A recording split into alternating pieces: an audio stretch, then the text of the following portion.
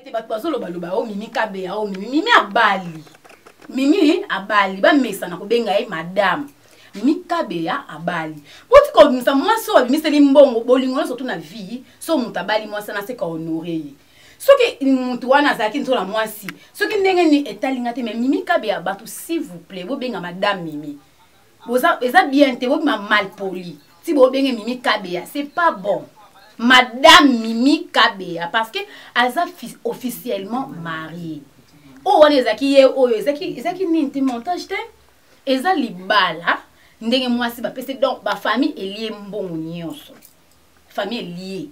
Mobali ou pas famille liée mbongo. Mimi Kabea abali désormais madame Mimi Kabea. N'entend comment mobali a Mimi pour changer Kabea souté s'il vous plaît. Kabea le souté. Madame Mimi Kabea.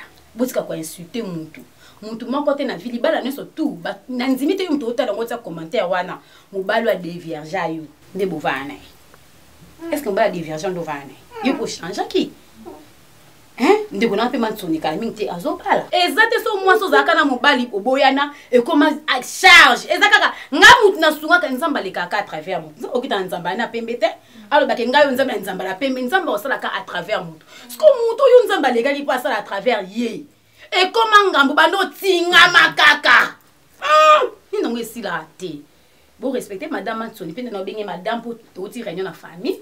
Famille pe kuna déjà ba confirmer biloko là-bas. Bon oui madame Mansoni ba ofinga te na YouTube. Ata ba finge ba musu ba yaka ba osenga rôle pende libanda. Pasa mobali biloko nzoto telemaka. Moi ça comprend na comprendre kaki ba le kaki ba ba passager.